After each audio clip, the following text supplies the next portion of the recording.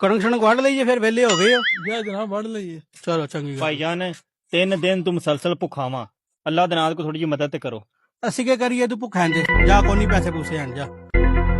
ਭਾਈ ਗੱਲ ਸੁਣੀ ਯਾਰ ਮੋਟਿਆ, ਮੇਰੀ ਗੱਲ ਸੁਣ। ਉਹ ਨਹੀਂ ਨਹੀਂ, ਤੂੰ ਮੇਰੀ ਗੱਲ ਸੁਣ। ਤੂੰ ਹਰ ਵਾਰੀ ਇਹੋ ਜਿਹੇ ਬੰਦਿਆਂ ਨੂੰ ਪੈਸੇ ਦੇ ਛੱਡਣਾ ਵੇ। ਇਹ ਲੋਕ ਫਰਾਡੀਏ ਹੁੰਦੇ ਨੇ, ਇਹ ਹੱਕਦਾਰਾਂ ਦਾ ਵੀ ਹੱਕ ਖਾ ਜਾਂਦੇ ਨੇ। ਤੂੰ ਹਰ ਵਾਰੀ ਇਹਨਾਂ ਨੂੰ ਪੈਸੇ ਦੇ ਛੱਡਣਾ, ਅੱਜ ਨਹੀਂ ਦੇਣੇ, ਫਰਾਡੀਏ ਨੇ ਨਹੀਂ ਦੇਣੇ। ਆ ਯਾਰ ਤੂੰ ਮੇਰੀ ਗੱਲ ਸੁਣ, ਹਰ ਬੰਦਾ ਇੱਕੋ ਜਿਹਾ ਨਹੀਂ ਹੁੰਦਾ ਹੈ ਵੀ, ਠੀਕ ਹੈ। ਇਸ ਬੰਦੇ ਨਾਲ ਅਸੀਂ ਵਿਛਾਈ ਕਰਨੇ ਆ, ਬਦਲੇ ਚ ਸਾਡੇ ਨਾਲ ਵਿਛਾਈ ਹੋਵੇ ਦੀ। ਤੈਨੂੰ ਨਹੀਂ ਯਕੀਨ ਨਾ ਤੇ ਅਜ਼ਮਾ ਕੇ ਵੇਖ ਲੈਣੇ ਆ, ਠੀਕ ਹੈ। ਚਲੋ ਤੇ ਮਾਊਸ ਫਿਰ ਆ ਜਾ। ਹਾਂ ਭਾਈ ਇਹ ਲਓ 1000 ਰੁਪਿਆ, ਢਿੱਡ ਭਰ ਕੇ ਤੁਸੀਂ ਰੋਟੀ ਵੀ ਖਾਣੀ ਹੈ अच्छा ਤੇ ਬਾਕੀ ਪੈਸੇ ਮੈਨੂੰ ਨਾ ਵਾਪਸ ਲਿਆ ਦਿਓ, ਠੀਕ ਹੈ। जी भाईजान मैं लेके आऊंगा वापसी। ਠੀਕ ਹੈ ਤੇ ਲੈ ਆਇਓ ਲਾਜ਼ਮੀ, ਮੈਨੂੰ ਇਹਦੇ ਸਾਹਮਣੇ ਝੂਠਿਆ ਨਾ ਕਰਾਇਓ, ਠੀਕ ਹੈ। नहीं नहीं भाईजान मैं लेके आऊंगा बकाया। ਚਲੋ ਅਸੀਂ ਇੱਥੇ ਖਲੋਤੇ ਜੇ ਲੈ ਆਇਓ।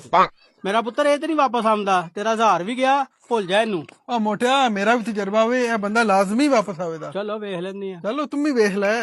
ਭਾਈਜਾਨ, ਉਹ ਬੰਦਾ ਤੁਹਾਡਾ 1000 ਰੁਪਇਆ ਲੈ ਕੇ ਫੁਰ ਹੋ ਗਿਆ ਜੇ, ਤੁਹਾਡੇ ਨਾਲ ਫਰਾਡ ਕਰ ਗਿਆ। ਮੈਂ ਤੈਨੂੰ ਆਖਿਆ ਪੈਸੇ ਨਾ ਦੀ, ਕੋਈ ਨਹੀਂ ਆਇਆ। ਆ ਮੋਟਿਆ, ਉਹ ਰੋਟੀ ਖਾਂਦਾ ਹੋਣਾ ਪਿਆ, ਰੋਟੀ ਖਾਂਦੇ ਟਾਈਮ ਤੇ ਲੱਗਦਾ ਥੋੜਾ, ਉਹਨੇ ਆ ਜਾਂਦਾ ਉਹ। ਚਲੋ ਖਲੋ ਕੇ ਵੇਖ ਲਓ।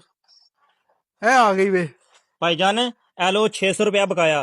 400 रुपए दी मैं रोटी खा दीजिए, पेट भर के रोटी खा लीजिए भाईजान, ਤੁਹਾਡੀ बड़ी मेहरबानी। ਲੈ ਮੋਟਿਆ ਵੇ, ਕਿਸੇ ਬੰਦੇ ਨਾਲ ਭਲਾ ਕਰੀਏ ਨਾ ਤੇ ਆਪਣੇ ਨਾਲ ਵੀ ਭਲਾ ਹੁੰਦਾ ਹੈ। ਤੁਹਾਡਾ ਇਹਦੇ ਚ ਕਿਹੜਾ ਭਲਾ ਹੋਇਆ, ਉਲਟਾ 400 ਦਾ ਨੁਕਸਾਨ ਹੋ ਗਿਆ ਤੁਹਾਡਾ। ਵੇਖ ਮੋਟਿਆ, 4 ਦਿਹਾੜੇ ਹੋ ਗਏ ਨੇ ਮੇਰੇ ਕੋਲ 1000 ਦਾ ਜਾਲੀ ਨੋਟ ਪਿਆ ਸੀ, ਕਿਰੇ ਨਹੀਂ ਲੱਗਦਾ ਪਿਆ। ਐ ਵੇ, ਆਪਣੀ ਰੋਟੀ ਵੀ ਖਾਇਆ 400 ਦੀ ਤੇ ਮੇਰਾ 1000 ਦਾ ਜਾਲੀ ਨੋਟ ਵੀ ਚਲਾ ਦਿੱਤਾ।